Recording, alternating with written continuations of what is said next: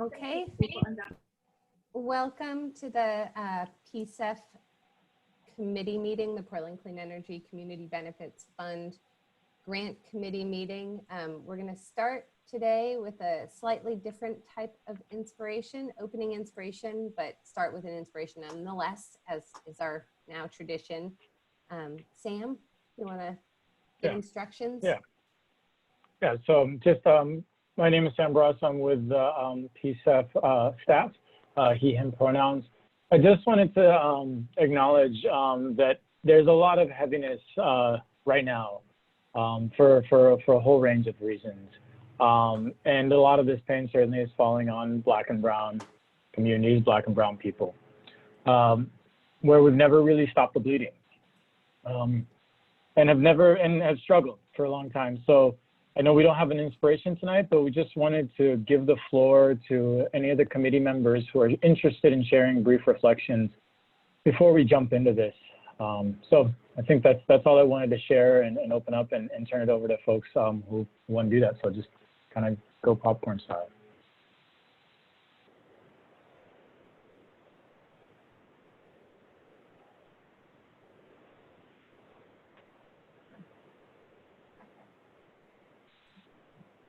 This is Rain Feast, community member, and you know, as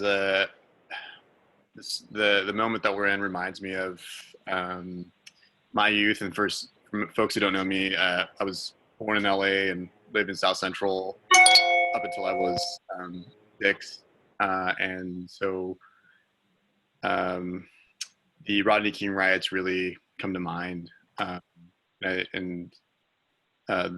Those riots at that age, you know, I recall, you know, a building, you know, being burned down across the street, and really got me in a moment of introspection around why is this happening, and you know, my family tried to help me try to understand what had happened, but definitely led me to the introspection around getting towards the path to understanding social justice and the civil rights movement, and you know, leaders and prophets like Dr. Martin Luther King, who spoke about, you know, riots being the language of the voice of the unheard.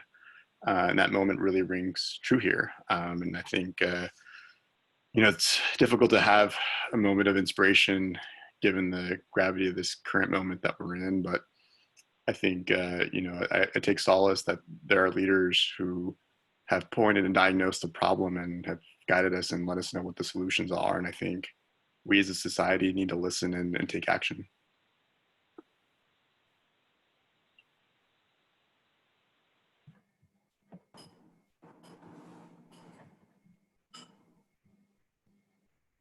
I can go next. This is Shanice Clark. I use she or they pronouns, and I'm a committee member as well. I think I'm also going next just in case someone's gonna end on a different note. But I think, yeah, just being real, I think I am doing my best to show up even before our latest news, and with COVID and how it's impacted my family. And now I think that there is opportunity as I navigate spaces that I'm in, virtual community spaces that I'm in, that have been really helpful to help me feel a sense of connectedness and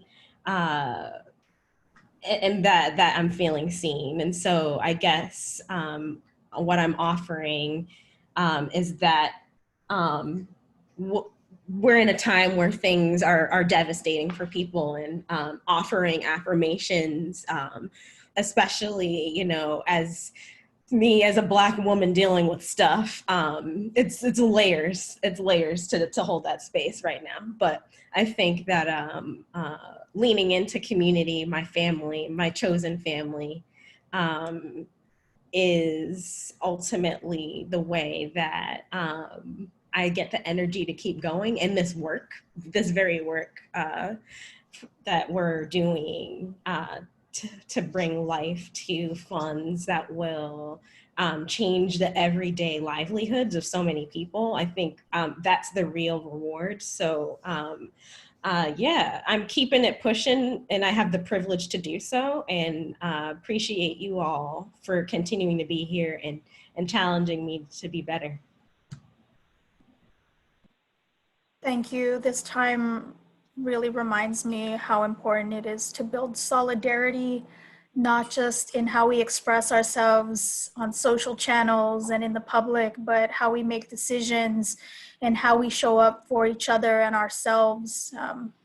You know, the conversation around mutual aid and communities really helping one another, Black and Brown folks helping one another, knowing that governments have a history of failing all of us and that governments don't show up when we need them to. So I hope we continue to build that solidarity in our actions and our words and find some kind of inspiration and peace in the small victories we have every day, but continuing to keep at our center and in our core the type of justice work that needs to be done.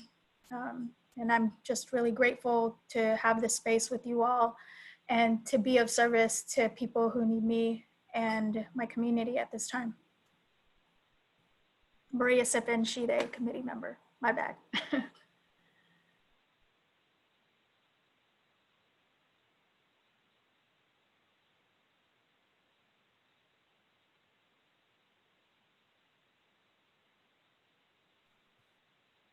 Okay, thank you. Sam, do you put your finger up? Yeah. I think Andrea is about to go. Oh, okay. Andrea, community member, she, her, and Minneapolis is my hometown. And a lot of the people that are in the streets are organizers I've been watching for many years from here. And I just want to really give a shout out to the brilliance and passion and dedication of decades of anti-police violence work that's gone on, and the work that they've been doing to renegotiate union contracts and police training protocols and to try to elect a different district attorney. And I want to encourage all of you all who might be interested in pitching into the bailout fund that's been being organized for the folks that were arrested who were out in the street protesting this murder. It's pretty easy to find, but I'm happy to share it if people don't see it and want it.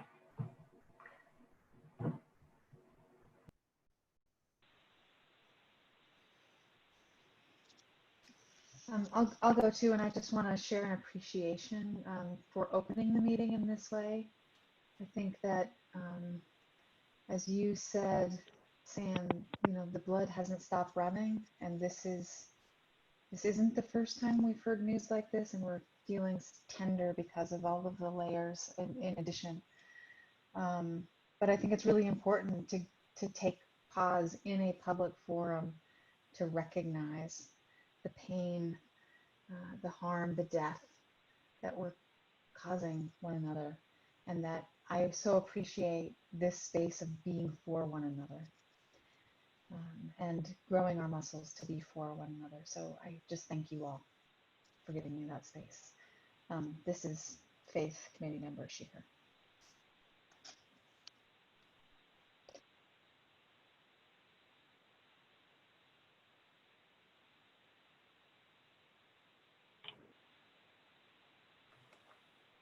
Okay, thank you all. Let's, so we will move into then just an overview of public guidance and then go to introductions. The minutes I will remember this time to have approved, and then we will get started on the meeting agenda. So this slide just has sort of an overview of virtual participation guidelines. They would go through every meeting. I wanted to especially call out that for members of the public, if you're interested in giving public comment, please indicate that interest by putting your name and saying that you want to give public comment into the comment box, and then we'll call on you when the time rolls around for public comment. So now is the time to sign up if you want to. We also ask that you put your name and your affiliation, if you organizational affiliation, if you have one, that you're interested in sharing, into the comment box, and Sam will read through those as a way of introducing members of the public who are participating or in the meeting. The raise hand function and the video function are for staff and committee members only, and everyone will be muted except during, all members of the public will be muted except during the public comment time. Also just wanted to point out again that there is closed captioning available for this during this meeting, and you can find that by going up to your menu bar and where there's the 3 little dots that say more, there's a drop down menu, and you should be able to find something that says view full transcript, and then you can see the sort of the live transcription that's happening. And just a reminder that this meeting is being recorded. So with that, I think we will start with committee member introductions, and I will just I'll just say your first name and then ask you to unmute yourself and introduce yourself. And we will start with Jeffrey. Jeffrey Moreland, committee member, he, him. Faith? Faith Graham, committee member, she, her. Andrea? Andrea Hamburg, committee member, she, her. Maria? Maria Sippen, she, they, committee member. Ranfis? Rainfeast, Gentino Viatoro, committee member, he, him. Robin? Robin Wang, committee member, he, him. Michael? Michael Eden Hill, committee member, he, him. I'd just like to say, sorry I didn't do any moment of inspiration. I'm just far too angry, and anything I got to say should probably not go on public record. Thanks, Michael. Shanice? Shanice Clark, she, they, committee member. All right, and then now moving on to staff, James? James Valdez, he, him, and Portland Clean Energy Fund staff. Janet? Janet Hammer, she, her, Portland Clean Energy Fund team. Sam? Sam Brasso, he, him, PCEF staff. Wing? Wing Grabowski, PCEF staff, he, him.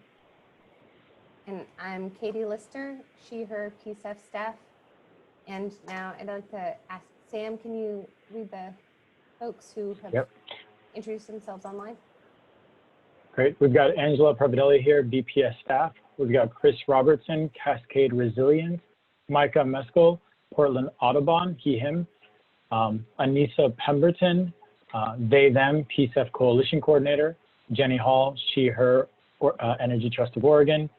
Lynn Lindgren Schroeder, she, her, Housing Development Center. Angela Crowley Cook, Oregon Solar Energy Industries Association, she, her. Jay Ward, he, him, Energy Trust of Oregon. Maggie Johnson, Cascadia Behavioral Healthcare. Deidre Schutz, Nutrition Garden RX, she, her. David Radke, he, him, IBW Local 48. And we've got Jim Steiner, Sunbridge Solar, he, him. And Amy Sissel, Habitat Portland, she, her. And James, is there anyone on the telephone? I do not have anybody who called in, no. Okay. And Scott Sander, Exceed Enterprises. Oh, sorry, Sam, popped in there. And it doesn't look like anybody signed up for public comment or to provide public comment. So we will move to the first thing on the agenda, which is Sam is going to provide an update on the public comment kind of process for this that we're about to go into on June 1st. All right. So just wanted to give you, and you've seen a little bit of this because we reported on, this is what we did when we did the public comment period for the guiding principles, but we expect to be doing similar and actually more in-depth efforts around this just because there's a larger body that's going to be going out for public comment next week. So we're going to be getting the word out via our listservs at the Bureau of Planning and Sustainability, the PCEF listserv, and others. We'll be getting the word out through partner networks, the BPS homepage, And then there's going to be a big body of work that's just going to be doing the one-on-one phone calls and emails. And this is around our targeted list of priority organizations that we want to make sure we're connected to. So we recognize that many organizations are sort of on our listserv, but that doesn't necessarily reflect those that we want to make sure are certainly hearing of this and making sure that they're hearing us. So that's a lot of just the one-on-one calls that we as staff will be dividing up and making sure we're touching base with organizations to let them know. And we'll have, and just some, it's a longer conversation we can dig into if there are questions, but we'll also be making sure we're elevating the availability of on-call interpreters as needed. We'll be hosting at least a handful of webinars that are going to be both BPS hosted, so hosted by us, but we'll also have a kit so that we can co-host webinars specifically with culturally specific organizations who may want to make sure that we can get this opportunity and do co-hosted webinars where we as staff join them and speak to what exactly is in the grant scoring criteria, as well as just social media. Unfortunately, we won't be doing any in-person events. We'll also have comment options, which will be the online survey, the call, one-on-one calls through the webinars, as well as just a survey, a survey in English, but as well as a survey in Spanish and email. There's a lot here, but I'm happy to just take any questions around our approach or how we're thinking about getting feedback. But this is just this list, some of the things that we'll be doing over the next 3 weeks as we go out for public comment to make sure that folks are aware of what's out there and can give us feedback. Does anybody have any questions or thoughts on the public comment period we're about to enter into?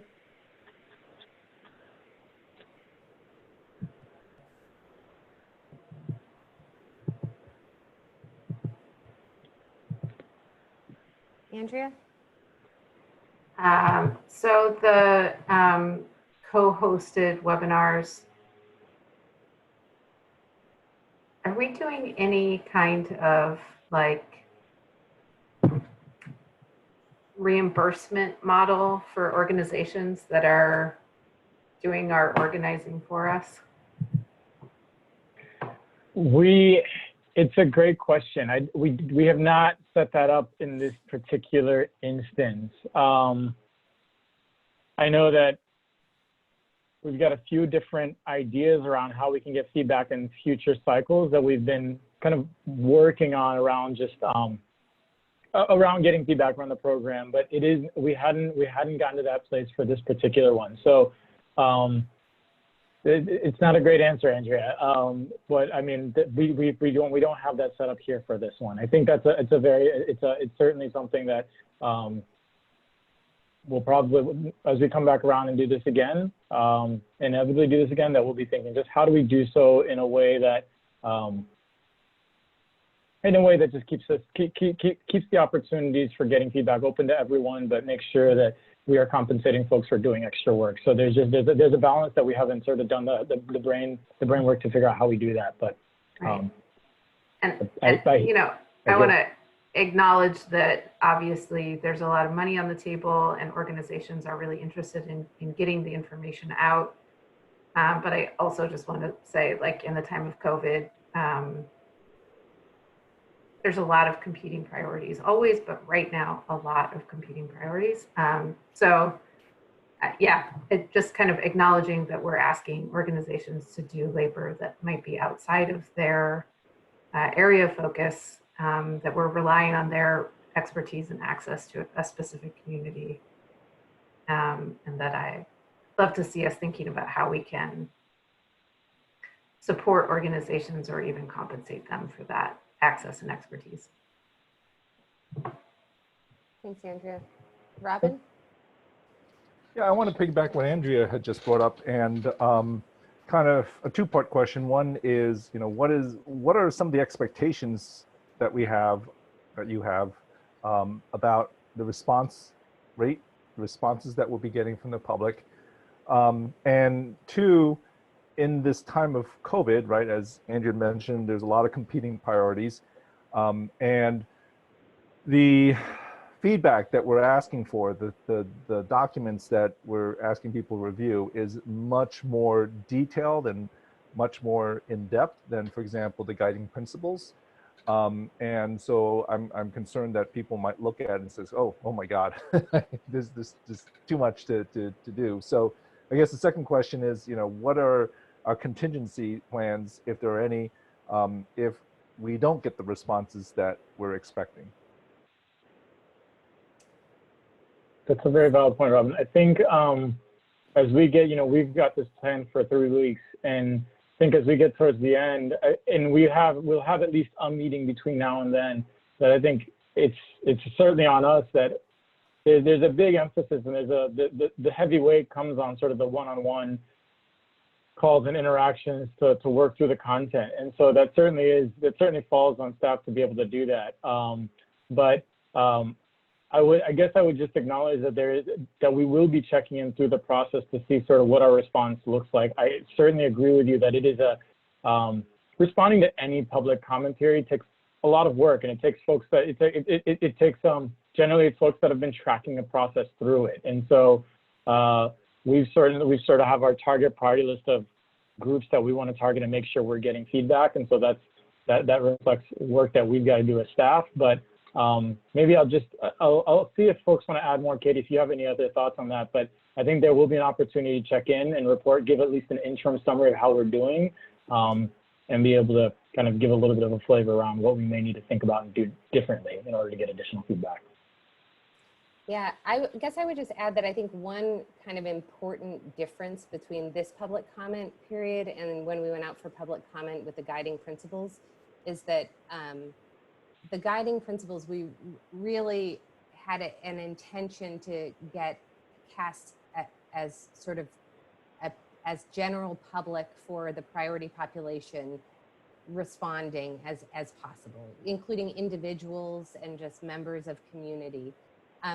Folks, of course, everyone is welcome to respond to the public comment period. It is the public, but we anticipate that most of the folks who will be responding will be working at nonprofits who are interested in applying, because they're the folks who are going to, one, kind of understand, the machinations of how a review process works and how what the kind of scoring criteria means, and be able to think about the projects that they hope to do or in the future, and how it might fit, how kind of their organization fits with the scoring criteria and how their projects fit with the scoring criteria. So it is a much, it is a much more detailed and time-intensive kind of request of people providing input than the public comment period for the guiding principles. And so we do really anticipate that organizations, like culturally specific organizations, community-based organizations, those are kind of the nonprofits, the folks who we will be really trying to reach out to ensure that there's participation there as well.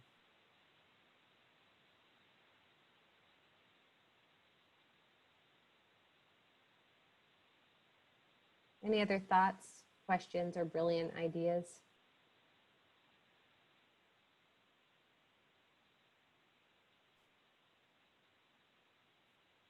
Okay. Sam, did you want to add anything else? No, I think that's it. Okay. You guys, we might get done early today. It could happen. So now we're going to talk about the scoring ratings and weights. And hopefully then we'll get to take a break for a few weeks about talking about scoring and ratings. So just want to throw that out there. Thank you all for taking the survey that was sent out, where you rated each of the criteria within a category, and then each of the categories from 1 to 5, with 5 being most important. So what this slide shows is the results of your category ratings. And so you can see, so I just wanted to kind of highlight some things in here. The average rating for the sort of lowest average rating was assigned to organizational capacity and budget, with the project description and scope, environmental, social, and workforce benefits all fairly close together. But even the organizational capacity and budget are not like, weren't rated that much less than the other categories. There is a minimum rate score, or kind of the minimum rating that each category received and the maximum rating that each category received.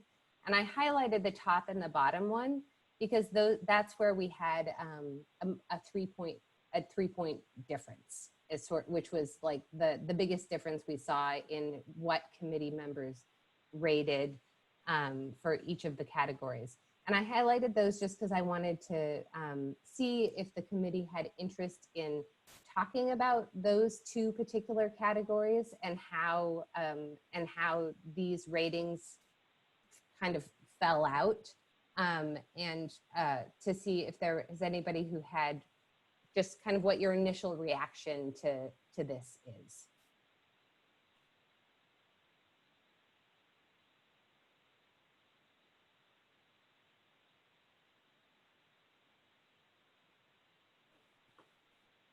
Okay, well, I'm going to go on to the next slide then, which is basically took your average rating, or the average of all of your ratings for the categories, and converted them into scores on a 100-point scale. So basically what that means is that for organizational capacity, you can get 14 points out of 100 toward the total score of an application, or 14%. Project description and scope, 17.1%. I apologize for the decimals, but I just wanted to avoid a rounding error that didn't add up to 100. But it does sort of demonstrate just the close clustering of these. The environmental benefit section, 17.6% of total score would be coming from that category. Social benefit, 18.9%. Workforce benefit, 18.5%. And then the budget, just like organizational capacity, 14% of the total score. Do those reflect kind of, is anybody surprised? Do those reflect what you think it should look like? Robin?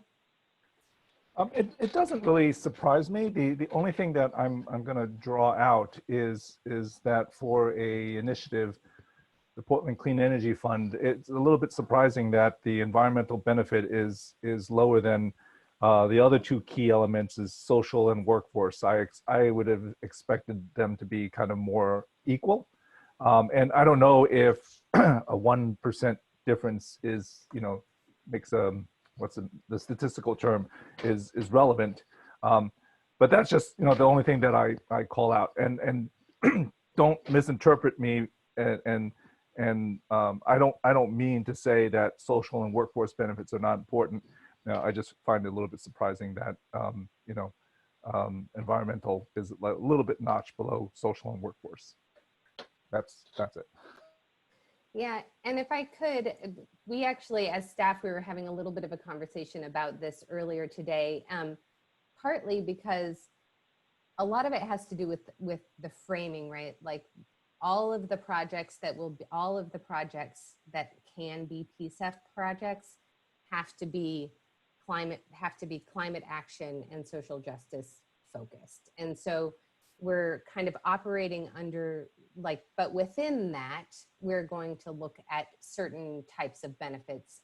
But so I think we're talking as staff just about how to articulate that in a way that was kind of understandable and clear, and made it clear that we weren't de-emphasizing the environmental benefits of the program as a whole. All of the projects should be supporting the greenhouse gas reduction goals and the climate action goals of the program. But within their implementation, there are these kind of other lists of benefits which are outlined in the criteria where they might kind of do better than another also climate focused type of project. The exception to that being training programs, because we don't really kind of, there's a lot of criteria that related to emissions reductions and things like that that don't apply to those programs specifically. Shanice and then Michael.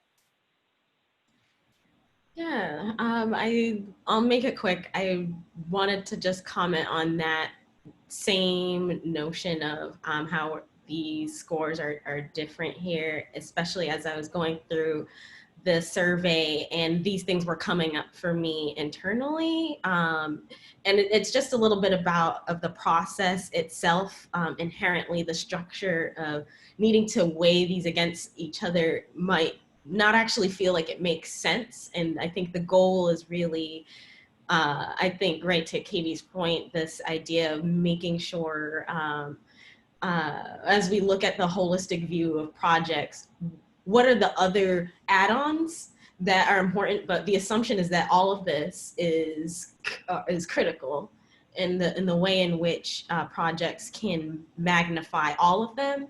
I think will be powerful. So I think, yeah, I was sitting through that, like, is it not important to have social benefits? What? So I think there's just a little bit of wonkiness to the way in which the tools that we have available to us to make sense of it. But I'm hearing what you're saying, and because it just came up for me doing it. Thanks, Shanice. Michael, did you still have a comment? Yeah, I was just going to make the comment that I feel like environmental, social, and workforce benefits are so close to each other that we might be able to just give them equal weight, and then less weight to the budget, organizational capacity, and then project description and scope somewhere in between the two to make up the difference. And you know, I know that if we made 2, 3, 4, 5 all 18% and left the other two at 14, then that's your 100. But at least in my brain, that's right. But you know, just give the social, workforce, environmental benefit. I think that we can weigh those equally. Looking at these numbers, and then project description and scope, and then organizational capacity and budget a little less.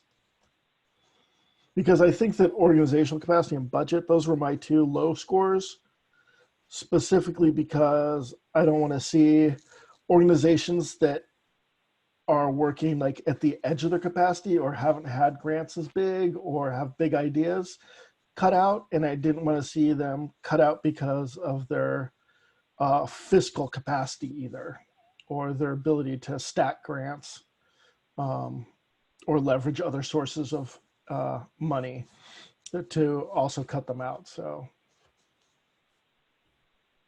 Thanks, Michael. Ranfis? Yeah, I kind of agree with Michael, and then kind of looking at this, you know, it's kind of like the signals that it's sending to applicants is sort of saying that we're interested in a triple bottom line approach of, you know, balance between environmental, social, and workforce. You know, I think I'm pretty open to like balancing to make them equal, and obviously I would prefer if they were like even numbers, but you know, and not decimals. But I think all those things resonate. I think this is where it might be helpful just to continue to sort of know what is our North Star here. You know, what who are we trying to continue to intentionally benefit, and what do we want applicants to be able to do with this. But what I'm seeing here is like we could still have competitive applications that aren't really doing well on the workforce, so their contract benefit. You know, we could have, you know, applicants that could be really strong on all the pieces but social and still be competitive. And what we're sending the signal here is if you do well on all 3, environmental, social, and workforce, you're going to be a very, really competitive application. And to me, that seems, I actually like that balance. So I'll pause there on my comments on that. Thanks, Ranfis. Jeffrey? Just want to echo what both Mike and Rafi said. I believe that both number 3, 4, and 5, environmental, social, and workforce should be the same as well. I think, you know, it probably came out because maybe the way some things were worded in it, but I think everybody would mostly agree that those 3 are three main points. So just wanted to echo what both Michael and Rafi said. Does anyone feel opposed to that? Any of the committee members opposed to that idea? It does send a nice kind of, it's a nice message, kind of and an easily understood one. So I think that staff can take that feedback and make that change. And is everybody comfortable with potentially reducing budget and organizational capacity very modestly in order to kind of get those even and to a whole number? Yeah, I agree. Reducing budget and organizational capacity makes sense. We don't want to further disadvantage and isolate organizations who have been, marginalized from other types of grant making in the past. So I think this is our way of saying that they could be competitive and do well in other areas. Okay, great. Any other questions or comments about these? So we'll be kind of making some adjustments to these numbers, but these are within the kind of voluminous package of material that will be going out to the public for comment. Will include these weights, and that is definitely something that potential applicants will be kind of looking closely at.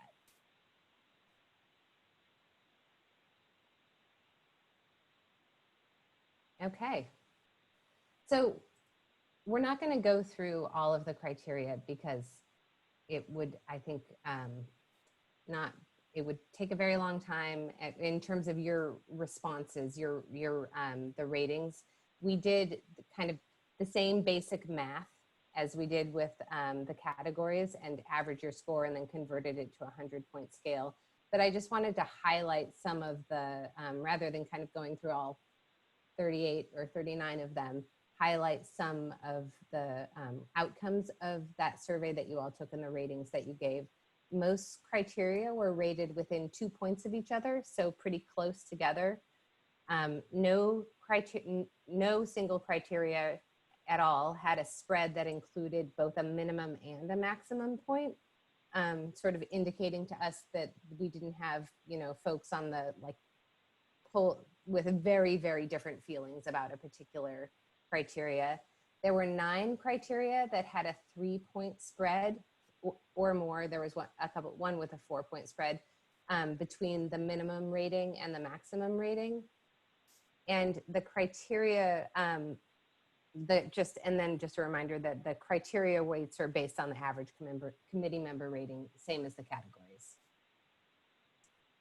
So I do have a couple of slides which y'all may have seen if you opened up the PowerPoint before the meeting that list the 9 criteria.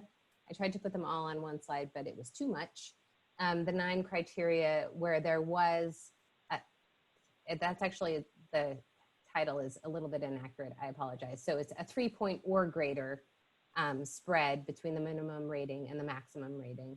And I just wanted to kind of have these couple slides up here and ask committee members if there was any desire to, if anybody has particularly strong feelings about whether the relative importance of these criteria. So I'll just give you a minute to look at these first 5. And then if you feel like you want to say something about them or have some sort of discussion, you can just put your hand up and then we can talk.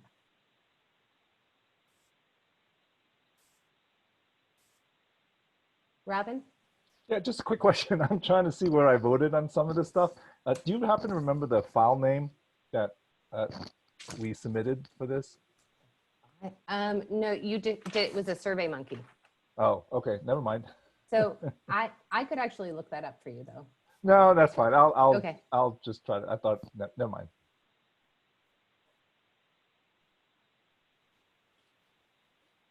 I will tell you that number 4, the project provides additional non-greenhouse gas environmental benefits, was one of the 2 criteria that had a 4-point difference between the minimum rating and the maximum rating.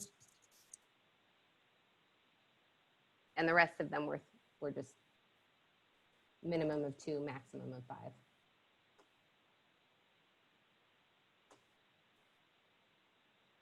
Ranfis? Yeah, I think for me, I think just want to value number one. I think I think it's anytime there's opportunities to send a signal to applicants that partnerships or coalitions, approaches, the more collaborations we see in a project, whether small or big or medium, that those have a weight, and that I think however way that we can value that, I think to me projects, when you see those types of partnership, you begin to see community support. You begin to see potentially innovations to make sure that we're moving the needle, whether it's on the workforce piece and the contracting piece or in the environmental piece, or the social benefits piece. So I think to me that's just want to highlight that. I think it's hard to rate all these other ones because they're important, but at least number one makes me feel like that sharing power helps make sure that parties, projects have some kind of accountability mechanism.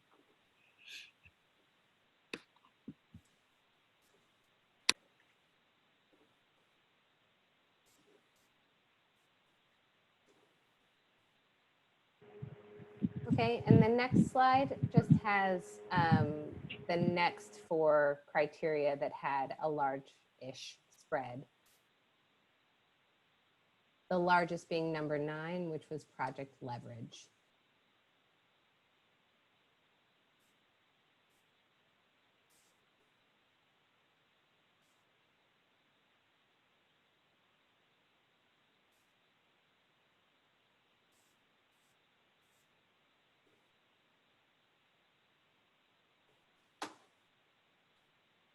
Robin?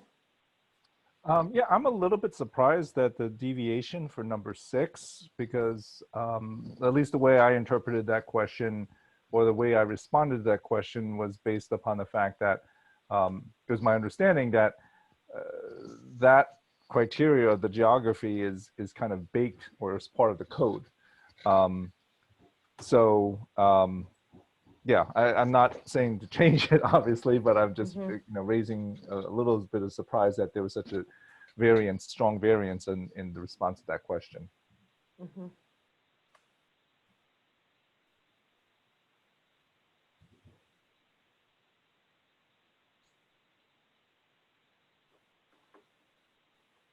Well, I think this is really all we had to report back about the cat. Oops, Michael. Hey, I was just gonna respond to Robin. I wondered about, I don't know what a census tract is, so that could be part of my question, but I was just thinking about when there's, especially with gentrification, when there's pockets of poverty inside of really wealthy neighborhoods, if they all get overlooked, or if there's, yeah, that was on number 6. So I wasn't sure if, if you were the last little remaining part of your community, due to gentrification, if you were kicked out because your project was in east of 82nd and it didn't fall at 50% because of gentrification. Number 2, I think I scored that low because I felt like, and this is going to sound, I felt like for small businesses that might be difficult, or but I didn't know, trying to select based on embedded carbon. And I know that there's information out there for it. I just don't know how much there is and how much research it takes.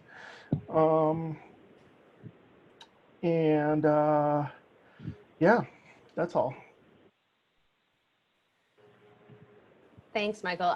I think that I can speak to a couple of those points. One of them related to the embedded carbon.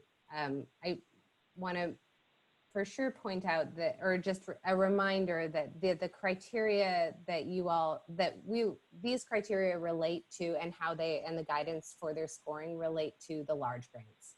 So for the smaller grants, there would be not that same expectation. It still could potentially be kind of a heavy lift, but it is important. Life cycle embedded carbon is significant. So, and then that's a really good point that you brought up about the census tracts. Census tracts are just the smallest geographic unit that the U.S. Census kind of designates, and they're based on population size, so they don't kind of follow neighborhood lines, and you could definitely overlook a sort of remaining community that was a lower income community that was in an area that had been highly gentrified. That would happen, I think. And I think to that point, though, there are also criteria that are prioritizing low income beneficiaries. So it's sort of when you have a project that is falling in a geography, but not necessarily a project on a particular housing complex, but it's falling in a geography in a neighborhood, then that geographical project would get those additional points. But there are other points that are just focused on, are you doing a weatherization project on a low-income household that would get points on that on a different scale. So yeah, it's a valid. I think there's always that balance of that the location and the geography where you have a wider population that is low income versus sort of that. I think the point that you made, Michael, which is you have someone that is low income in a very gentrified area or just at low income in an otherwise wealthy area. Maybe just one quick additional note on your question, Michael, is that my understanding of the census tracts are that, kind of as Katie was saying, they represent kind of a population. Boundaries sort of get redrawn as population shifts, but that really only gets kind of updated every 10 years. And so what we would be using for kind of this round would be data that frankly is pretty old from the 2010 census that wouldn't capture some of the changes that have happened in the Portland community. But I think it sees multiple lenses that we're approaching this with, both the geographic priority and, as Sam was mentioning, the focus on low income that would kind of mitigate that to some degree. Yeah, and just a tiny clarification that we definitely would use the American Community Survey, which is more recent than the 2010 census. So, okay. But still just, so it's a couple years lag, but not like a whole decade lag. Yeah, thanks for that clarification. Yeah, it confused all of us when they went from the short form to the long form and changed the whole census thing. And then I also just wanted to point out that there is a criteria related to displacement and anti-displacement measures, and where a kind of a project like you described might be able to score well. And based on committee member feedback, we did kind of add some language into the guidance around the scoring of that criteria about kind of restorative measures, as well as, so it's not purely focused on mitigating future displacement, but also kind of preservation and restorative measures around displacement.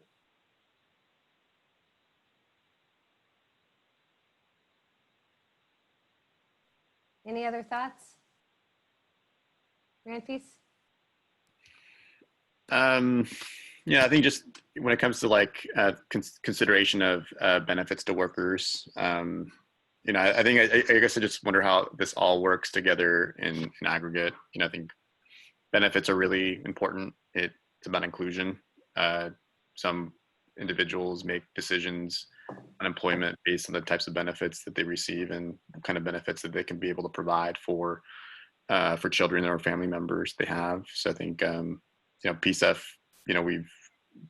workforce equity is a key component. So I think it's important that we have a consideration on that. And it's not just about, wages. And I think we've heard that from other stakeholders. And I think for me, it's always about not just job quantity, but the job quality. And I think just, I'm more curious about how this will all function in aggregate, but it's good to see how these kind of ranked out.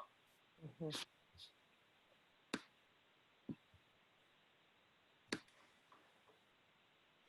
All right. Oh, Faith, I'm just curious what you do with this information. what we do with the, I mean, you now know like what the differences are between how committee members ranked things. In some of these cases, in these 9 cases, there's you know, a pretty good, it feels like a good range. So what do you do with that information? What's well, the next step? for the purposes of going out to public, well, the next step was to ask all of you if you felt comfortable with that range. I mean, we've been operating in terms of decisions. Granted, this isn't a decision because these are going out for public comment, but the decision-making kind of mode for this group is on a consensus model, and there's not clear consensus on all, you know, 38 criteria.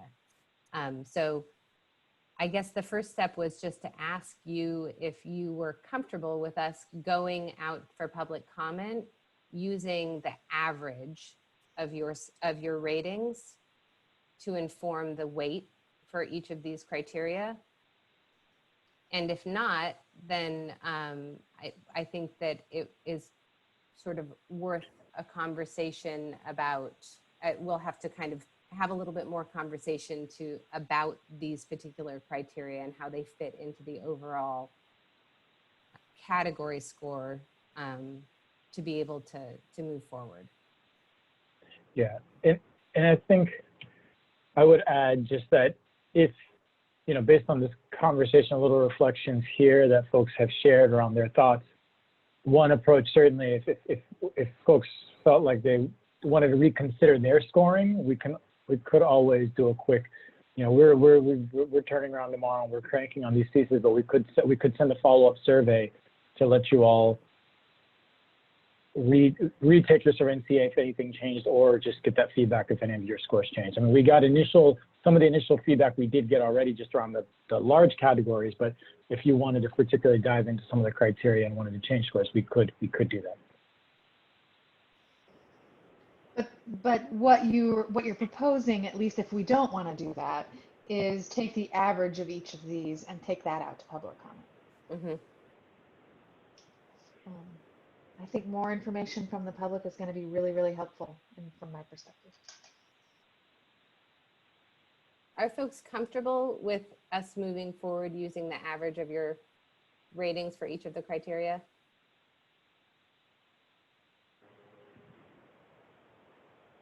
I will say that, I mean, it is really informative for us to kind of hear your comments about your priorities, both on the categories. I mean, the conversation up front, clearly is a lot of, there's sort of a lot and equal emphasis on anything related to social benefits, environmental benefits, and workforce benefits. And those, you know, that carries through to the criteria as well. So I think that we can be mindful. I mean, that's another piece of feedback as well for us in developing the weighting. Robin? Yeah, I'm comfortable with moving forward with the average, but I ask that the staff kind of keep close attention to these 9. And if there is a wide variance, so to say, from the public, that, you know, we have an opportunity to discuss further these particular 9. And yeah, I'll just leave it at that. Okay. Thanks. Sam, did you want to, anything else on this topic? So I think that we can actually we'll just bump up our break 5 minutes if folks are good with that. It's 6:55. And then at 7 o'clock, we can come back and talk about capping grant size.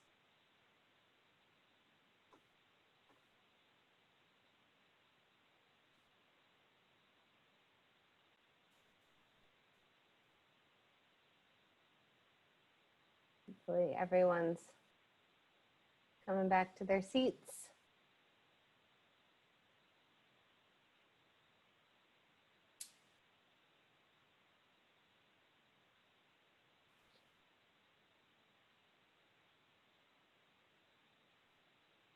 So hard to tell if people are there or with just their video off.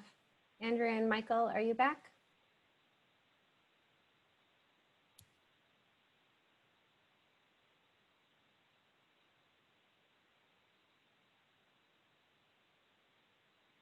We'll just give them one more minute since we're being so fast tonight.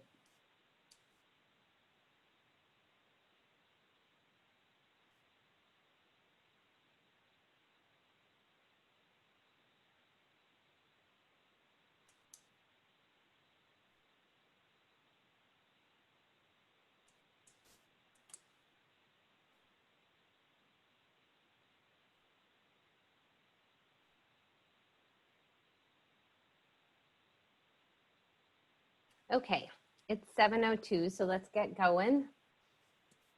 The last thing that we needed to talk with you all tonight about in preparation for getting everything kind of finalized to put out for public comment on Monday is making some recommendations related to grant size. And these are, again, recommendations for public comment. So no final decisions. So a couple of these we've talked about, but just a reminder, so planning grants, we're allowing up to $100,000.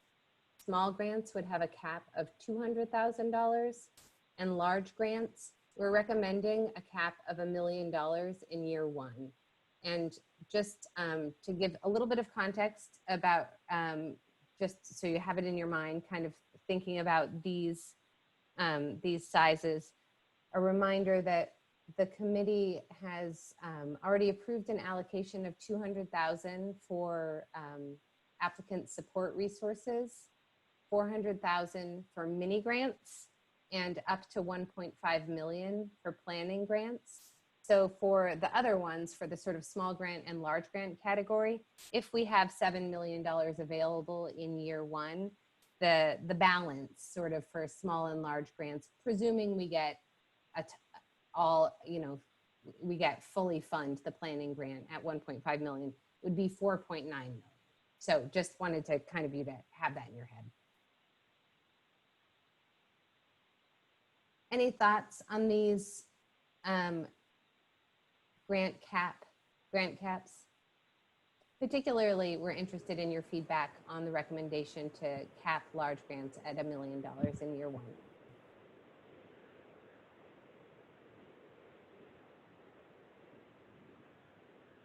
Robin? In previous, do you hear me? Yeah. Yep. In previous meetings, we talked about this $350,000-ish cap for kind of the prevailing wage stuff. So that would only apply to large grants. Yeah. Okay. Yes. Yeah. So large grants could have two flavors, one that involves and one that does not involve prevailing wage requirements. Mm-hmm.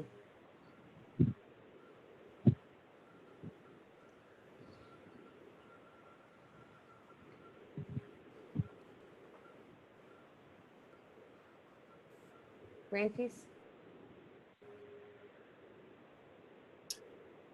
I guess I'm trying to wonder, trying to remind myself here, as we, how these will be spread out within a committee. Like, will there be a committee reviewing a mix of all three, or will it be certain review panels reviewing some small, some large, some medium?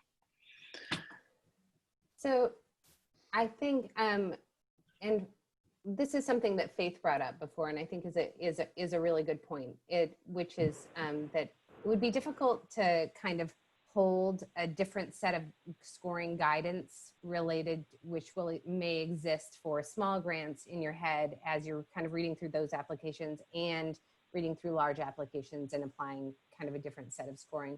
So I imagine that if we set up, these panels with, up to 5 members on them, 2 committee members, that they would likely receive either all large or all small.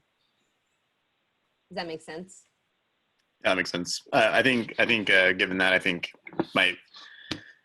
You know, I would probably encourage thinking about this, maybe like upping the size of grants. My concern is like, I think as it's written, you might just get a ton of people just pursue a large grant. And again, this is my rudimentary of not fully understanding the project costs for all types of projects, but you might just have a lot of folks who, a lot of projects will just go above 200,000. So, you know, if that's the case, I just would recommend, thinking, encouraging us to think about increasing these amounts for balancing between the different panels. And, I think it's helpful to think about this for year one. I probably would encourage for large grants, to not have a cap, just be a little bit more fluid on that. But again, I think it all hinges on these first two categories, getting a bump up a little bit. So I guess one thing I just wanted to note about the small grant size, the cap, is as one of the things, and we talked some about this we've talked about this in the subcommittee a lot as well, but that staff has also talked about is just we have heard loud and clear a strong desire to have a low barrier, simple application process that new and small organizations would be able to access without it being too burdensome. And so it's kind of a balance of reducing the barriers to application in some ways increases the risk to the program. And so where that line is between small and large, there's sort of less information requested, they're scored in a less stringent scale, and the reporting requirements are less. And so what's the dollar amount that we feel comfortable letting out the door with less sort of information up front, just a higher level of uncertainty, I guess. So I guess what I'm hearing, and granted, I think that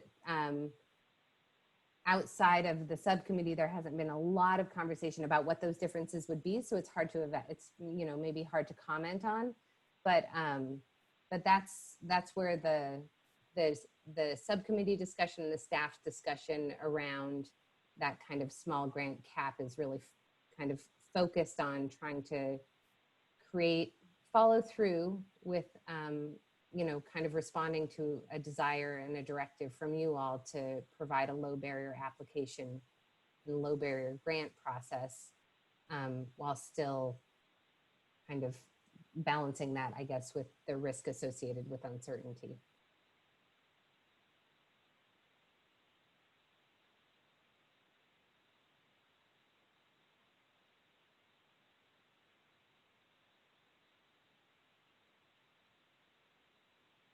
Any other thoughts on that?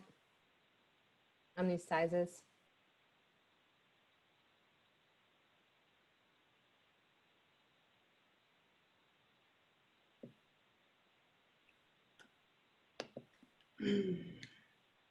Faith? I dropped off for just a bit, so I'm sorry if I missed this. What was the rationale for putting a cap on the large grants? So part of the rationale, and Sam, you can speak to this, I think, if you would like to, but part of the rationale is that we do want to see the dollars go to multiple entities, multiple organizations. We want to sort of, have a little, spread the money around a little bit in year one, particularly. Sam, did you want to comment on that? It's exactly that. I mean, I think that as well, organizations are probably looking for some sort of signal. Obviously, we don't expect that to be we don't know whether you all would be interested in a cap in the future year when we have a larger pool of resources available, or whether it's just a higher cap.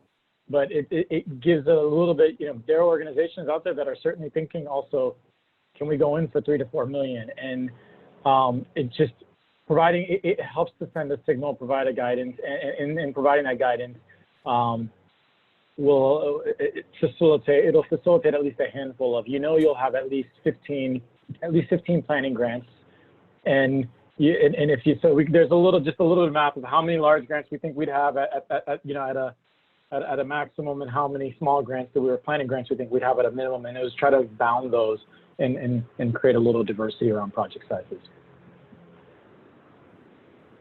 Andrea? Can you remind me how much the pot of money anticipated is for funds this year? Right. I think we're going to be closer to 8 million. So I think we'll be at 8 million, and that's it may city council may ultimately opt differently, but right now it's 8 million is what's been allocated. I mean, I think given $8 million, this doesn't feel unreasonable to me, but maybe we could just be really, really clear that this is about the first year and that the committee isn't making decisions for future years of funding when more money is at play and we have a year of funding under our belts.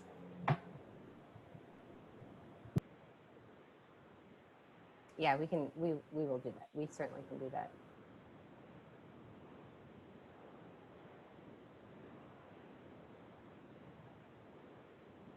Any other thoughts on this recommendation?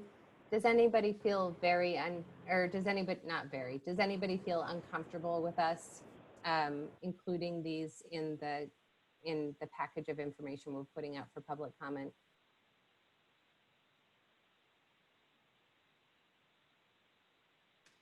Rantis?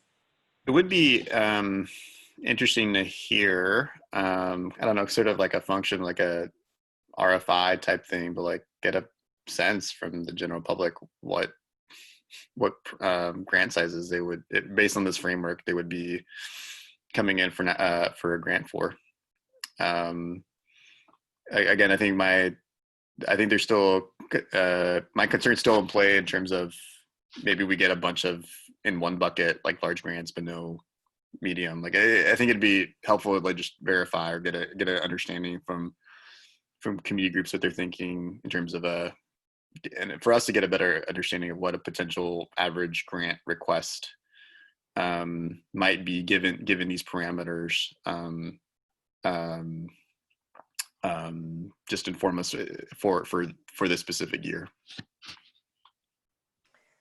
I wonder if we could add a survey question to our public comment survey that asked about grant size specifically, because I don't think there's one in there right now.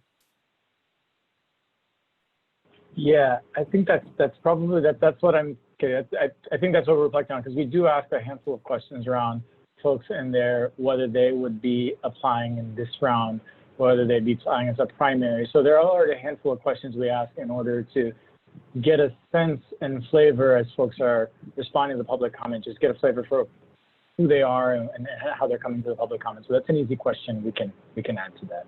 Yeah. I guess given that framework, would we be able to give a good sense whether we would anticipate a high demand for a planning grant versus a large grant versus a small grant?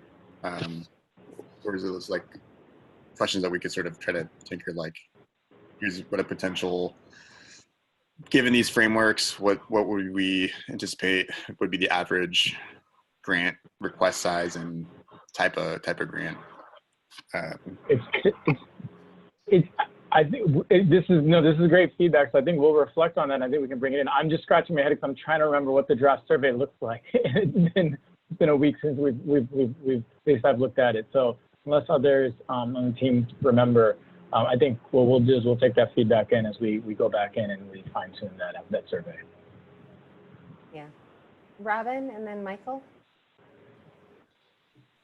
If there was I wasn't aware that there was a survey. I thought it was just going to put it out there and ask people to kind of give comments. If there is a survey, I would be very curious to know is if the amount of work that we're asking them is worth the amount of funding that they're seeking. Since, especially as you said earlier, we want the small grants to allow smaller organizations to be able to access the funds. And is the application and I guess we're not getting comments on the reporting, but is what we're putting out there indicative of the fact that, we're making it easier for them to access, those funds? Yeah, and that question it definitely is on the survey, a sort of Okay. question about level of effort and relative to the size of the grant or project that they might be interested in. Michael? First off, I'd like to just say I recognize that that 3 cisgender men have been dominating tonight's conversation. Ramphis, Robin, me. So I apologize for that. I recognize that.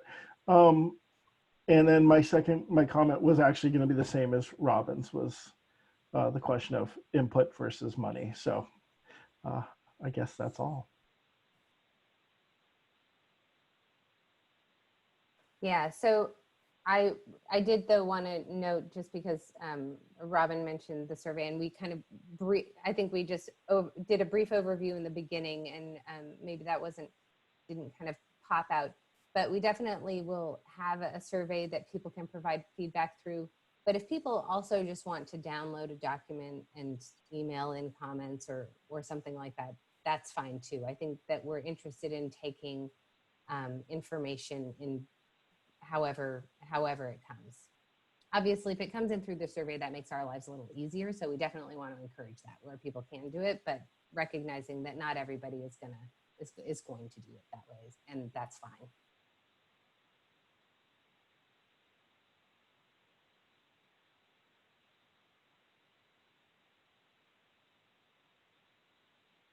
Any other thoughts on this grant size?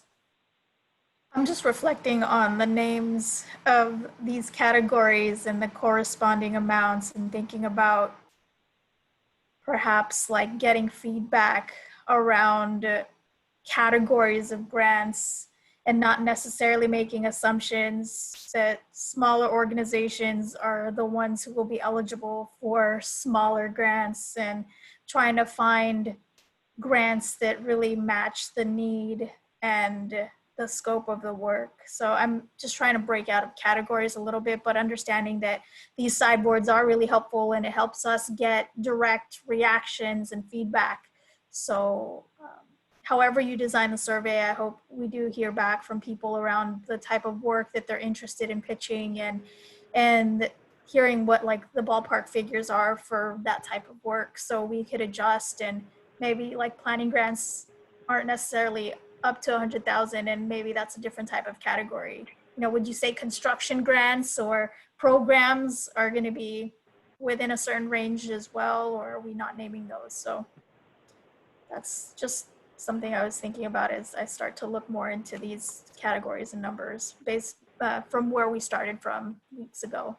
Yeah, no, I appreciate that. And Sam kind of flagged that, I don't know, a couple days ago, this notion that we definitely don't want to send the message that small organizations should only apply for small grants, because and I think that we need to be careful in the way that we talk about things and in the way that we kind of put out our information, that we don't kind of inadvertently or accidentally send that message.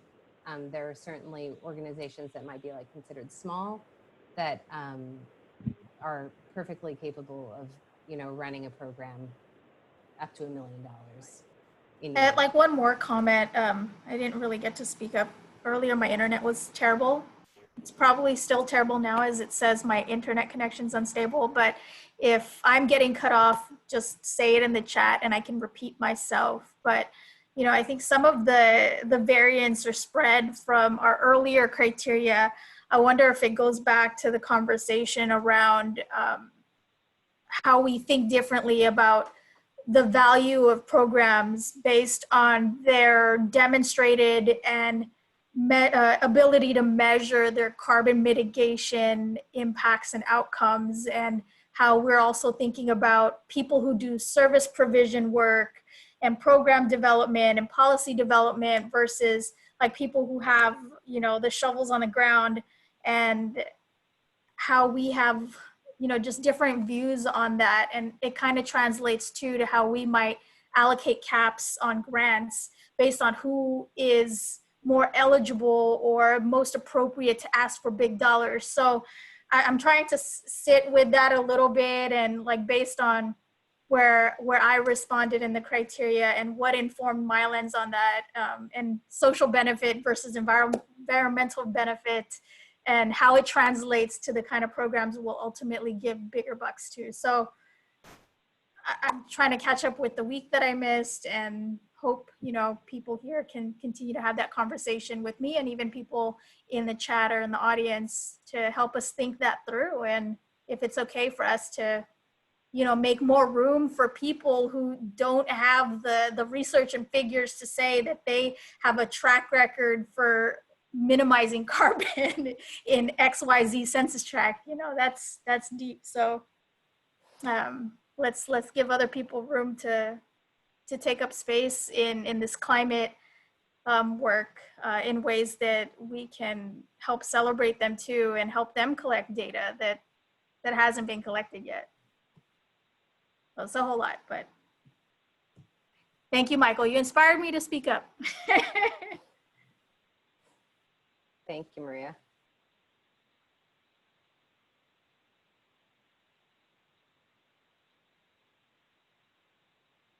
So it seems like folks are okay with us going out with these numbers. We definitely will be kind of adding context and description, and adding some specific questions to the survey and to this sort of the solicitation that like on the in direct one-on-one outreach, and in kind of our messaging related to kind of the types of projects, and who will be doing them, and soliciting input on what folks want to be doing, or what they kind of already have in their minds.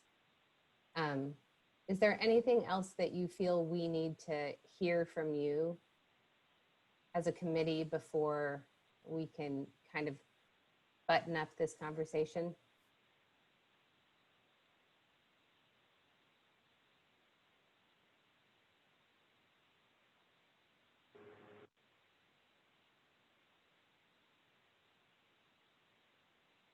Okay. Well, then we finished early, guys. Unless you have a half an hour worth of comments. Sorry, go ahead. Did we Michael. approve the minutes? We did. Oh my gosh. Wow.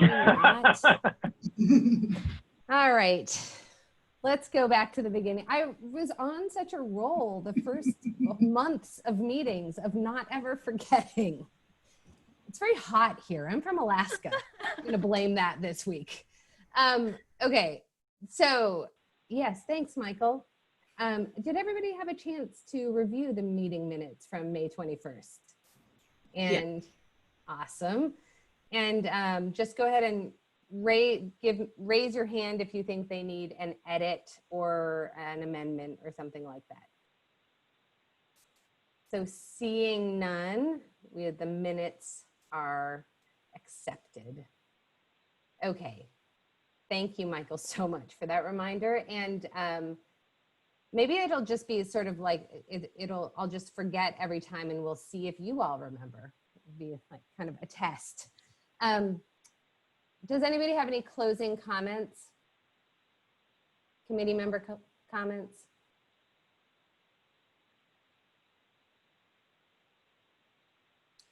So, oh, Michael? Did you like my raise my hand? I couldn't find the button. I've been going through some of our old work from all that time ago, like 6 months ago when we first started this. It feels like it's been years, but we've only been at this for like 6 or 7 months. No, longer than that, but not much. But we have done a lot of work, folks. We have done a lot of work.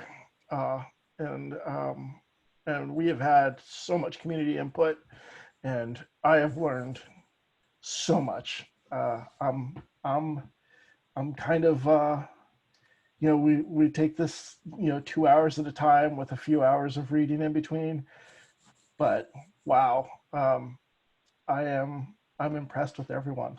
So thank you very much for everything. Thank you.